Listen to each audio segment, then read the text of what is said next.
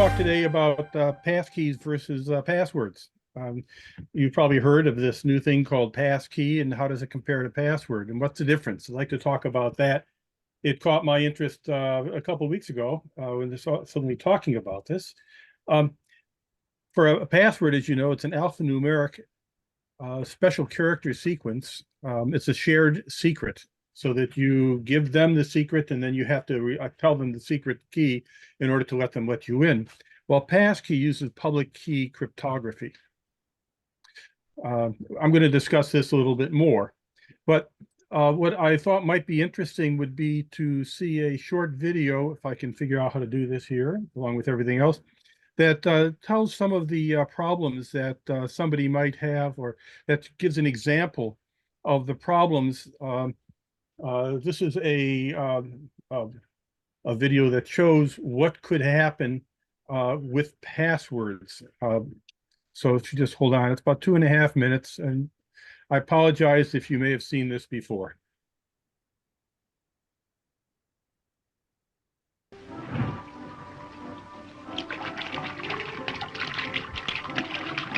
Hey, Baravelli. Hey, Baravelli. What do you want? Watch the door for a few minutes, and don't let anyone in without the password. All right, what is it? Swordfish is the password, do you understand? Okay, I got it. Well, what is it? Password. Swordfish! Swordfish! Right, the swordfish, the swordfish. Ah. Piazza muscolo in the room full of faccia duzzi pazzi. Who are you? I'm fine, thanks. Who are you? I'm fine, too, but you can't come in unless you give the password. Oh, what is the password? Oh, no, you gotta tell me. Hey, I tell what I do, I give you 3 guesses. It's the name of a fish. Is it Mary? Ha ha! That's no fish. She isn't. Well, she drinks like one. Let me see. Is it sturgeon? Hey, you crazy. Sturgeon, he's a doctor who cuts you open when you're sick. Now, I give you one more chance. I got it. Haddock. That's funny. I got a haddock, too. What do you take for a haddock? Well, now, sometimes I take aspirin, or sometimes I take a calomel. Say, I'd walk a mile for a calomel. You mean chocolate calomel. I like that, too, but you know, guess it. Hey, what's the matter? You don't understand English? You can't come in here unless you say swordfish. Now, I give you one more guess. Swordfish. Swordfish. I think I got it. Is it swordfish? That's it. You guess it. Pretty good, huh? Fine. You guess it. What do you want? I want to come in. What's the password? Oh, you're no fool of me. Swordfish. No, I got tired of that. I changed it. What's the password now? See, I forgot it. I better come outside with you.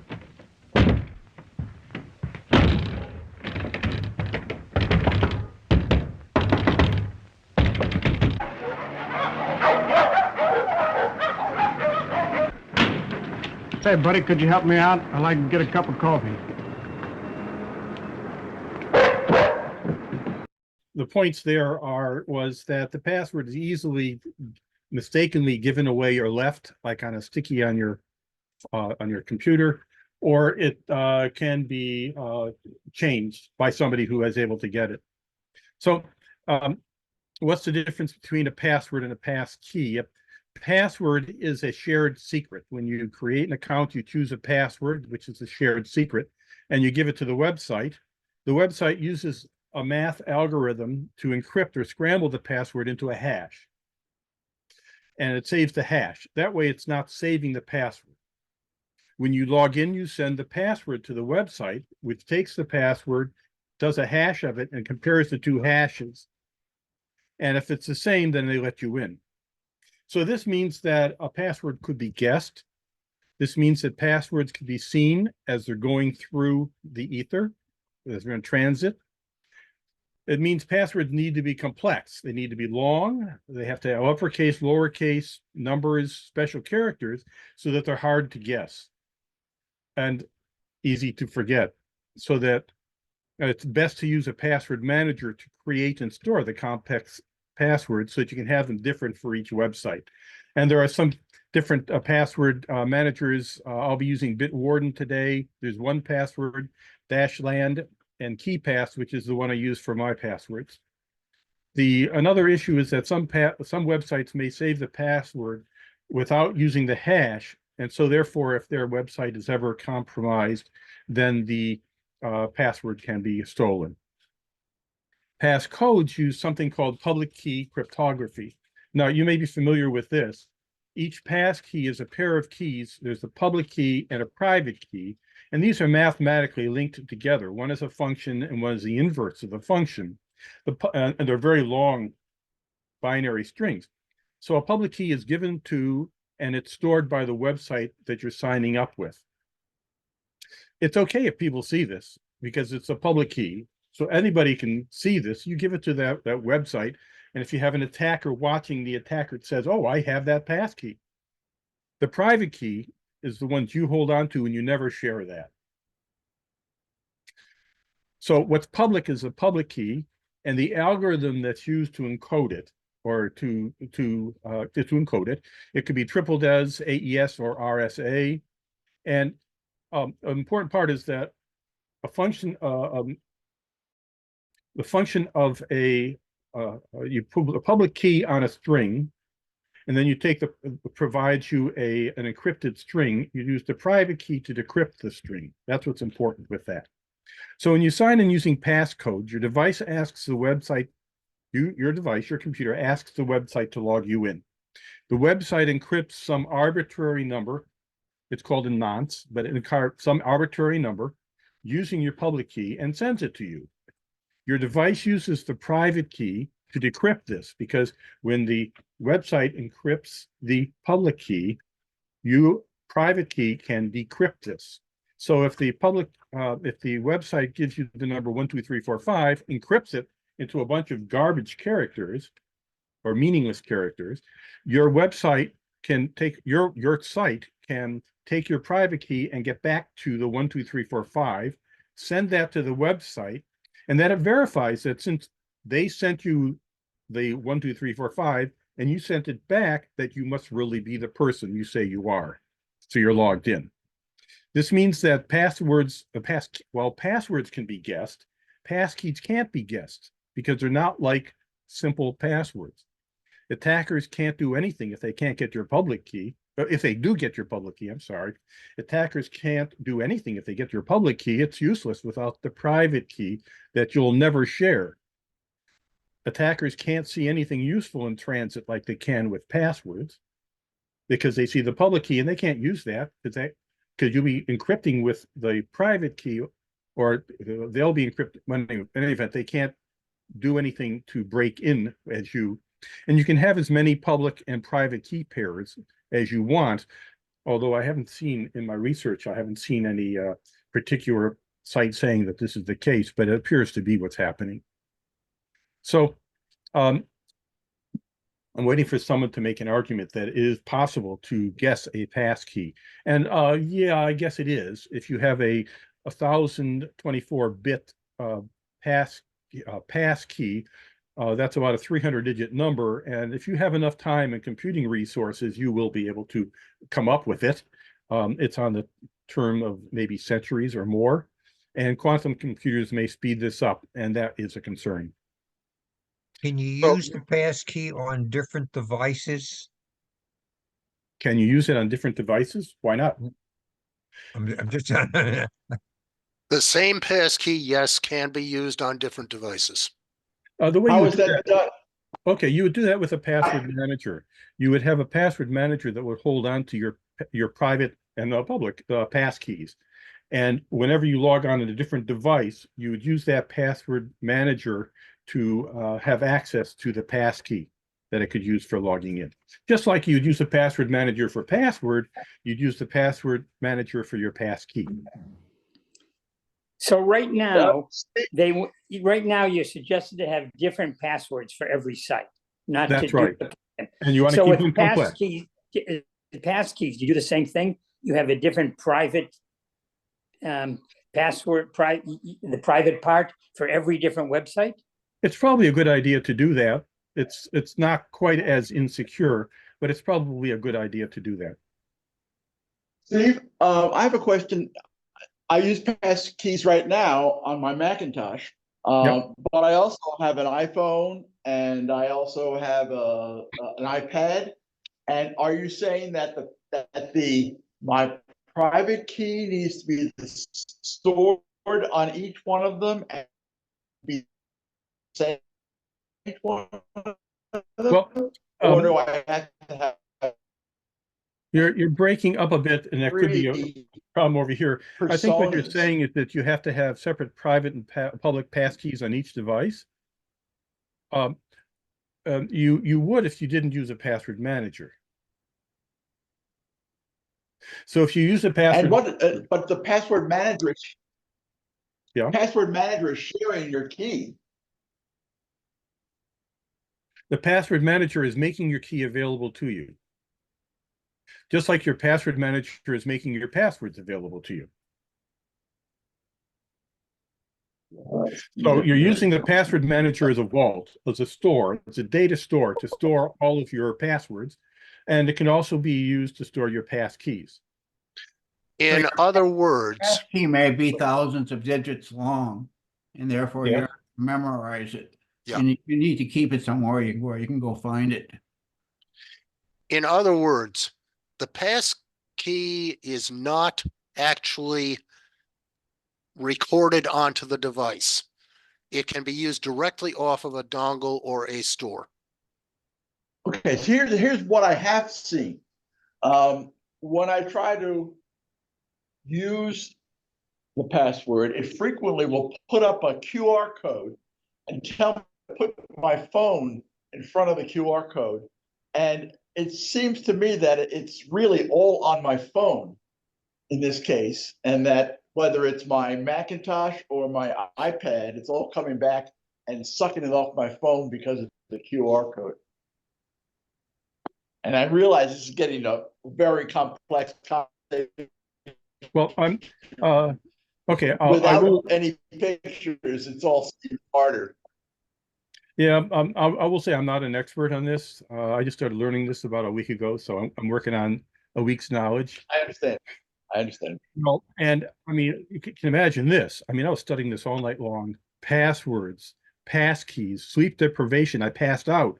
Anyway, that's it. I'm sorry. So can do a couple things. I can give you an example about the way the public and private works, but it might be worthwhile for me to give you a demonstration on how let's see if I can do this in a nice way. I can maybe add just a couple of bits of data if it's helpful. So Steve's absolutely right. Your private key is a number that is sitting somewhere on your device. And theoretically, if somebody else had that magic number, they, so it does come down to your device being secure. Practically, though, so that's an important thing to understand. Practically, though, because this is a fairly new technology and it's being implemented by Google and Apple and Microsoft, they are and some of the newer password managers, they're integrating the way they store that numbers with more secure hardware. So if you have a modern phone, an iPhone or a new, Google phone, or if you have a Windows 11 PC, they have some hardware cryptography built into them. In the Windows, it's called the TPM, trusted something manager, program manager, something like that. And that locks the private keys to that specific device, or on your iPhone, it's locked to the cryptography unit in your Apple device. So the manufacturers are doing some things to make it harder for those keys to be stolen.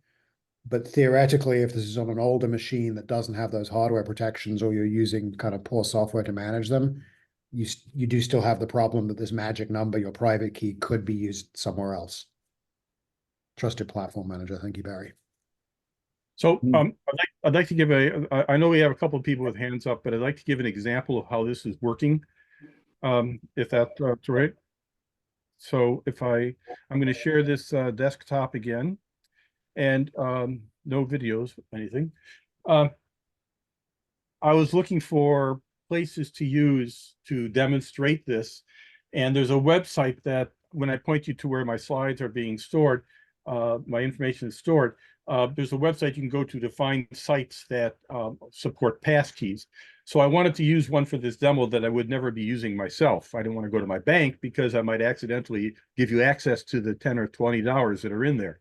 So I I figured I'd never use Nintendo. So to log into Nintendo, I created an account called Nintendo 5. I also tried Shopify, as you can see here. I'm using Bitwarden, which is free for use. I'm using it for this demo. My preference would be to use KeyPass. The difference between Bitwarden and KeyPass is that while Bitwarden is free, its things are stored up on their place on the internet. When I'm using KeyPass, it's being stored on my particular area. I decide where it's stored, so I have full control over that. KeyPass is totally free, and they came out with yesterday. They came out with Passkeys, which is why I'm not demonstrating it. I haven't had enough time to play with it. So if you see here, this is my Bitwarden right here, and this shows that I have 5 passwords stored. 2 of them are Shopify, 3 of them are Shopify, because that's the first place I was trying. It's a little easier to use Nintendo for this demonstration, but the similar situation is the same for the 2 of them. And here's one password right here, Nintendo 5. That's the name. That's the login, which is an email address that goes to my email account, and my secret password. That's sorry. I told you, you saw it. You can log into my account now. So if I want to log into Nintendo, I go to login or sign up. I want to log in because I've already created one. Since an existing user, I want to sign in. And now I have a choice. I can enter the password, or I can do a passkey sign in. I'm going to choose to do a passkey sign in. And immediately Bitwarden comes up and it says, do you want to log in with passkey? Now I have 2 Nintendo passkeys set up for 2 different logins. I have a Nintendo 1. I created my username to be indicating the name of the account. So I have a Nintendo 1 and a Nintendo 5. I want to log in with Nintendo 5. I do like this and do a confirm.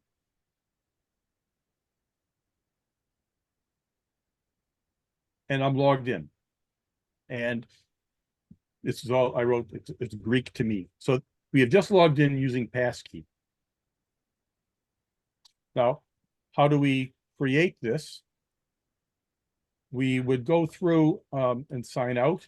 We'd go through a sign-in process. We'd log in. We'd sign up, actually.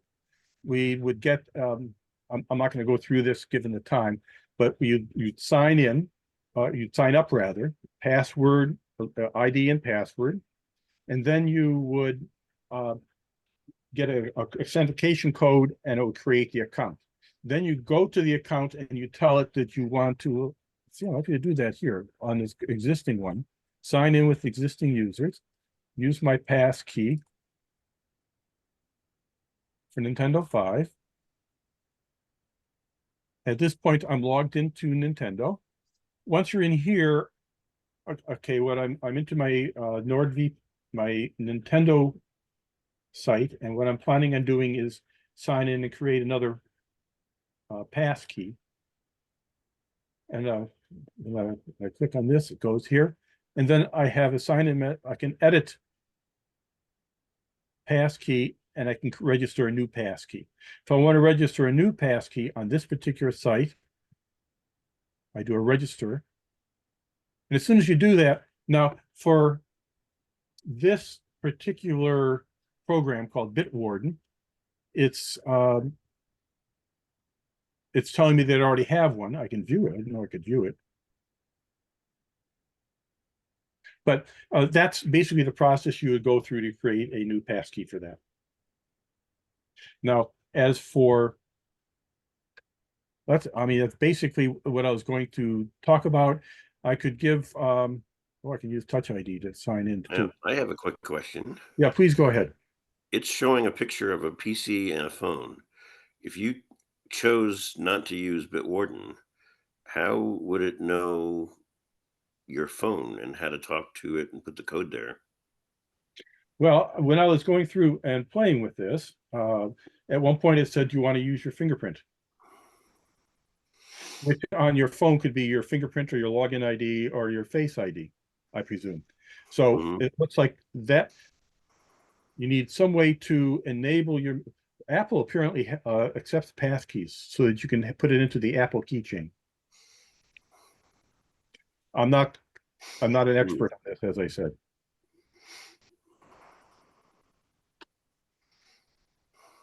I'm going to stop and see, we have Ted and Stan. It's almost 11:30. Ted, do you have a comment? Can you try to keep it to about 2 minutes, please? Yeah, sure. What I've done is I make a unique password that's an English phrase that is easy to remember, doesn't have any special characters in it to begin with or anything like that. And then I convert it. And I convert it like just a simple substitution. Some of the English characters become numbers. And I have my own little sort of one-time pad that I keep in the back of my head as to which number goes to which letter. So you change the word password to be P455W0RD. Could be something like that, yeah. Well, that's a very well-known way of encoding passwords, and it's one of the things someone breaking in is going to try. Yeah, but you throw in some things like if you have an L, sometimes the L is an exclamation point, and sometimes it's a 1. And if you have an I, sometimes it's an exclamation point, sometimes it's a 1. There are websites you can go to find out how secure your passwords are. Oh yeah, I would they suggest actually come out very, very secure when you go to the process. They go, oh, well, that's really secure, because I put in miscellaneous special characters, and I keep that little code of conversion to myself. And as long as you don't use it too often the same way, it's secure enough. I mean, I wouldn't do that for my Fidelity account or something like that, but for these silly things like some subscription of some journal or something like that. two comments on the passwords you're talking about. Number one, it's easy to create a password that is easy to remember, and it might be easy for someone else to guess. So therefore, it'd be good to use a password manager to have it generate an arbitrarily complex password. Number one. Number two, I'm not going to live forever. And there's going to come a time when somebody else is going to need to have access to my passwords. By using a password manager, I can give a trusted person access to this, and they can get at all my passwords. It's better than using a piece of paper, which can be lost in a fire or in the washing machine or taken by somebody else. And it's all collected in one spot. That's my lecture on passwords. Stan, you had a question. Yeah. If I want to log into a website from my PC, my iPad, and my Galaxy phone, so those are 3 different technologies, can I use the same passkey across all those devices? Is the private key? If how do I get the private key across all 3 devices? By using a password manager? Well, with limited knowledge, I would suggest, I think, Drew, you might be able to comment on this as well. I know Passkey can run on different devices. I'm not sure. KeyPass runs on different devices, but I'm not sure it can handle passkeys on all of those devices. Bitwarden handles passkeys, as we just saw, and it can run on a variety of devices. But that's the way you're using a password manager. That's right. Yeah. And that's, well, either that, yes. I mean, you're going to have to use a way to store the places, store them. Okay. I've been using one called RoboForm for about 15 years, just because it was one of the first available. And I've and it worked well. Yeah. My understanding is that if you have 2 separate devices, you can create very easily when you create a passkey for one and a passkey for the other, you'll have 2 separate private keys, one for each device. And it won't matter to you. You won't care because it's not going to affect how you log in. He's right. Okay, thanks. Okay, Tony, you're up. Thanks. I don't know. It appears that many of you know what everybody else is talking about, but half of what was said during this lecture was above my head. So is there a chance that we can have a tutorial that will show us things from scratch with a simple example, and we can have it for some other time? Probably that will be boring for those who know of these things and use them already, but I don't know if that is possible. Thanks. Oh, well, I'll tell you, I'm very sorry because my intention was to make this. Can you explain what you're confused about, Tony? Maybe we can expand on that some. Well, I mean, first of all, I still don't understand what will be the, because I don't know enough. I don't know what's the difference between the two of them in its most fundamental form. I understood a little bit about the fact that one can be stolen more easily than the other. One can test or by quantum computer easier than the other. But the Nintendo example was not enough. And if you can maybe send a few links that will be sequential, and those of us that don't know as much can just watch them and learn it that way, that will be great. Okay, actually, I do have another presentation that I was another bit I was going to do, having to do with passcodes, and you can see my my little camera here. And suppose that we have a system, we're using passkeys here. Now, when you're talking about passwords, I have a password and I give it to this other guy and he knows the password, and now I have to give him the password swordfish so he'll let me in. With the public key here, what it is that here's my public key and here's my private key. Now, this is a very simple example. Okay, this is a very simple example, and it's going to be easy to break, but it's going to give you the idea of what's going on. So if I have a public key, it's 359, and I will give that to Nintendo.com, and I have my private key 751. So nobody knows this except me. Now, suppose that Nintendo.com is going to want me to verify who I am. So they're going to send me the message 246, and I have to be able to send 246 back to them. But they don't want to send it in. They want to know that it's me. And since I'm the only one that can decrypt something that's encrypted with the public key, they're going to send me 246, 246, and they're going to encrypt it with the public key I sent them, 359, and they're going to send me a 5, 9, 6 and 9 is 15, so it's going to send me a 595. Now, what I'm doing here is I'm doing arithmetic modulo 10. When you're talking about large numbers, you use a much larger modulus or a much different modulus. The point is that you see this 5 and you don't know immediately how to get back to this 6. That's what becomes encrypted. So when they send me this, and I take this 595, and I add in my private key, and I get 5 plus 7 is 12, which is 2. 9 plus 5 is 14. That becomes 4. 5 plus 1 is 6, becomes 6. And I have the message back. Does that help? Once again, I'm taking there. I have a very complex public and private key. The algorithm here is addition with a modulo 10, but imagine that it's a much more complex triple des where you do a number of different rotations, adds, multiplications, modular arithmetic to come up with a special code that they send.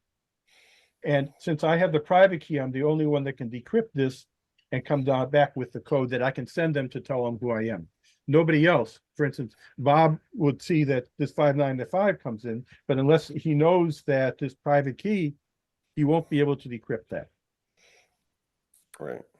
I could see the sequence over here where you got from the two numbers at the top to the 246, went back to the 246 eventually using those two numbers. However, one of the things that recently I created several new accounts, and in no case did I get the choice to create a password or a passkey. Always I had to create a password basically, username and password. So that is right there, something that I don't understand. Can you do it with everything? Every new account that you open? Well, Or well, as you saw, when I showed you Nintendo, it let me use a username and password, or I could use a passkey. okay, so only the places that give you an option are the ones that will enable you to do Yeah. that. Only the ones that- Think of it as a store that accepts MasterCard. If the store does not accept MasterCard, they're not a passkey server. Thank you. If they do accept MasterCard, passkeys. Now, one thing I didn't say was I will And share my before you screen. continue, I threw into the chat the Bitwarden's password strength test meter. So you can take your existing passwords and they'll tell you how strong they think they are. Isn't that a risky thing to do, to send your password to a public It strength? happens locally on your computer. It never goes to runs their server. locally. Okay. So one last thing I want to show you is that this is the page that I used for my presentation. It's on my wiki. We just look up under passkey. Okay, but at the and you can see that I did the 5, the 2, 4, the 3, 5, 9. I did that here. I did a live demonstration. This is the live demonstration is pertinent to what I've put on my machine. It's called Muscat. And I have here a very complex, this gives more directions on how to do it for a different place. And there's another one here, Harry Math. Sorry. Here, gory math. If you want to see some gory math here, this shows how the password, how the keys are handled with the modulus, mod 221, and the various arithmetic. And I hid this because I didn't really want to get into that today. But at the bottom here, I have I show a number of password managers that are supporting passkeys as of March 4th, and actually it's actually after March 4th, because KeyPass was now, as of yesterday, able to do this. I was using Bitwarden, which works in the browser only for doing passkeys, and it works in a lot of different browsers. And it's free for 2 users, 2 collections. So this would be a good one to try out, especially since it's free for 2 users. For 1 password, it's free for a while, then you pay $3 a month. For Dashlane, it's free for up to 25 passwords. KeyPass XC is free for any number of passwords and any number of vaults that you want to manage. You're responsible for determining where you want to store your vault. KeyPass XC is a port of KeyPass that supports passkeys. There are other ports of KeyPass that are available for other devices, basically any device, I think even BlackBerry at one point. And then Apple and Google do. And here it has a list of my resources. And that's what I got. I think, Bob, you have your hand up. Yes, I do. Regarding 2FA, there were several questions, including one from Ted in chat. 2-factor authentication is usually used in addition to the passkeys. So what happens is, first, I would say log into my CVS account using my password. Then I would set up the passkeys. From then on, the account will do 2 things when I try to log in. It will ask me to run through the passkey. And when that's successful, it will show a QR code, which I scan with my phone. This is what Harry was asking about. And that's a second factor, just as it always has been. 2-factor is basically, can also be, it can be passkeys, as Bob just said, it can also be passwords. But another way, so that when I log into some accounts, I have to give my password, but then I also have to have my device because it's going to send me a key, a code that I have to enter. That's the two-factor. That happens in most of the logins I do. Or there's a program on my phone, which it sends a trigger to, and then I have to respond into that app. That's the way Adobe works, and Verizon works that way. Duo, DUO. Increasingly, because if the passkeys are stored in a secure storage on the device that is tied to the biometrics of that device. So for example, if it's on your iPhone and it requires Face ID, the site may say, it has the two factors in one. The passkey was tied to the hardware and it will decide, okay, I've already got two factors and it's not going to send me the additional code. So increasingly, as you use passkeys, you'll see less reliance on a separate two-factor authentication, and it feels less secure, but it's actually equivalently or better secure because the passkey was locked to the hardware that you're using.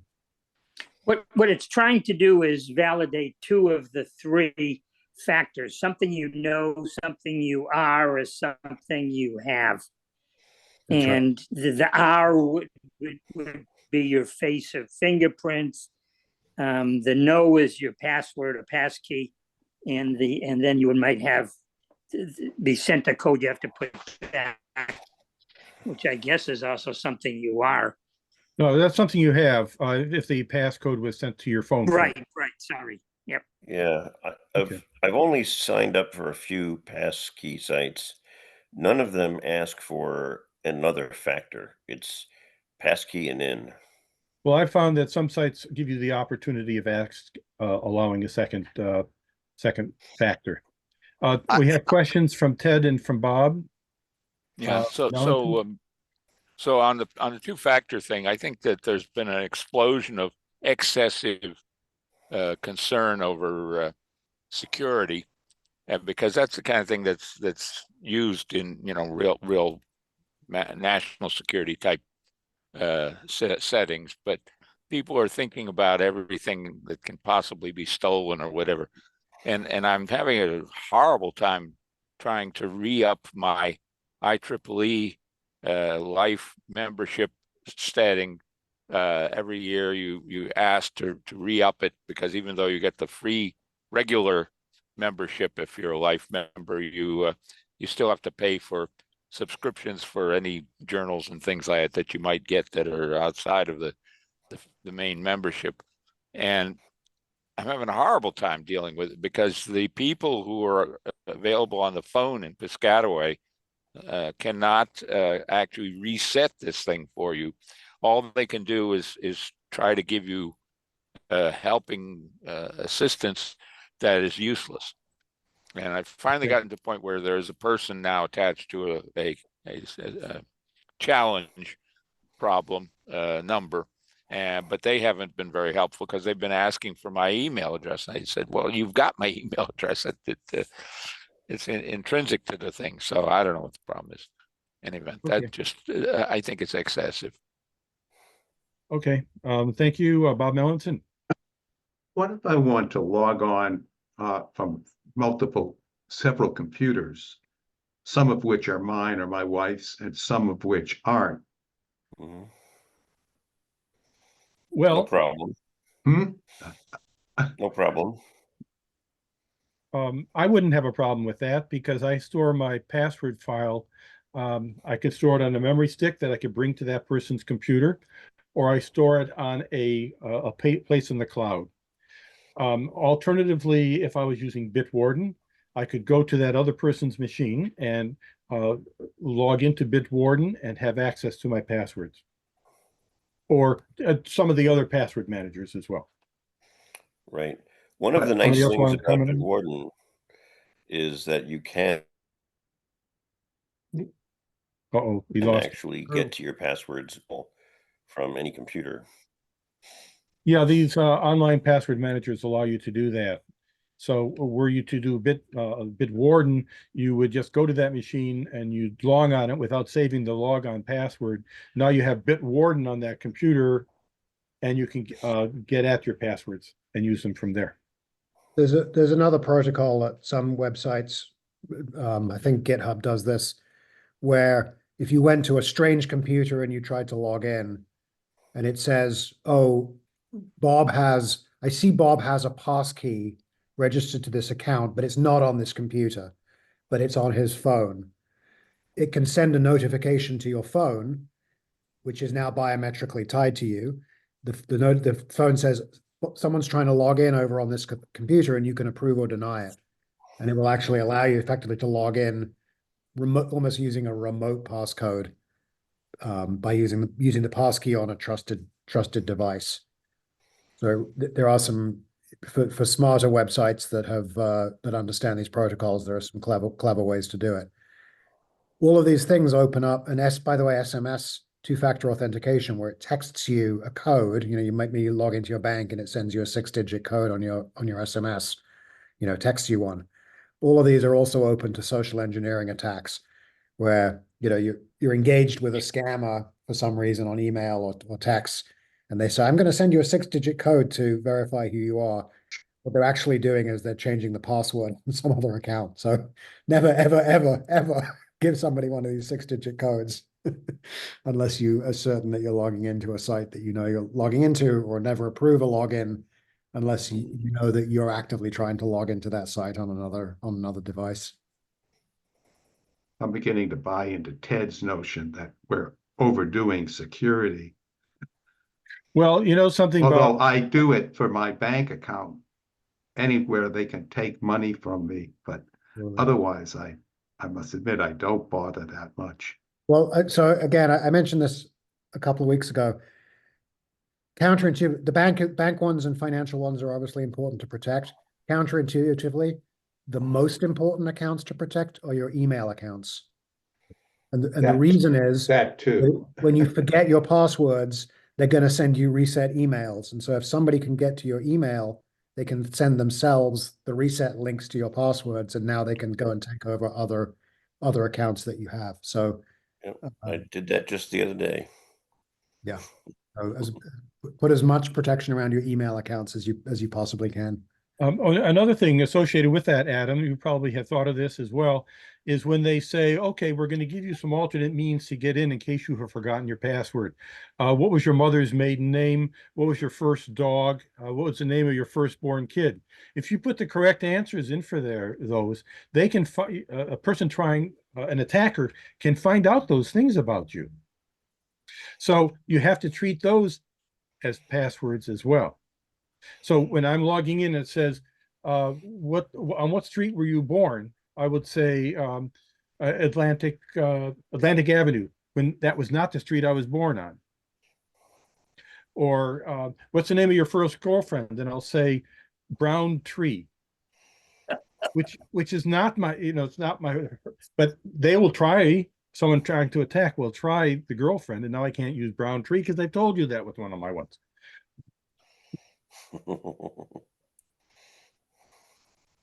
I used to give straight answers to those until I realized that anyone can find those things out about you. Anything else? And how do you remember what you gave them? I've done that and I've forgotten them, which is a little Well, I'm using a embarrassing. password manager, Bob, and in my okay. password manager, I have stored my current password, when I created that password, my previous passwords for that account, and when I had originally created those, and my alternate passwords, which is name of first girlfriend, street where you were born, and the answers to those questions. So it's all stored in my password manager, so that it's worked out quite well for me. Yeah, But that's one last thing about being able to use different devices or unfamiliar devices. This is why some password managers allow you to set up a USB stick with a local copy of your database. Again, you would still need the master password to get in, but once you're in, you can use that as a plug-in USB device. on any other device. Okay, I think we're all set. Thank you, everybody, for hanging around. Okay, that's lunch.